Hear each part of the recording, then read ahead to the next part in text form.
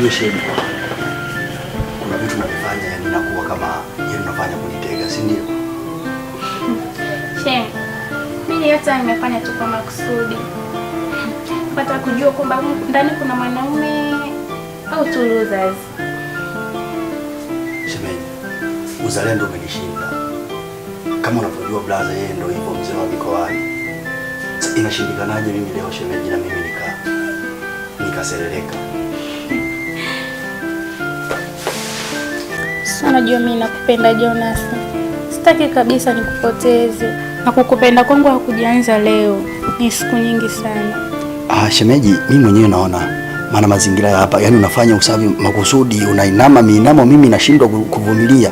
Na ndio maana nikasema kwamba shemeji, ikiwezekana na mimi basi niserereke. Blaza mzee wa mikoani yuko Kenya, Uganda, Tunduma. Sasa mara moja kama leo hayupo. Shemeji, nibariki basi na mimi nimiliki jimbo kwa wakati kama huu. Angalia shemeji, wewe ni mzuri. Umbo linakubeba shemeji yangu. Uzalendo umenishinda. Mimi sitaji maisha yangu mimi na wewe yako ya siku moja. Natamani yao ya milele na milele. Hata kama ni ya kudumu shemeji yangu hakuna tatizo, lakini shida ipo kwa blaza. Je, akijua itakuwaje?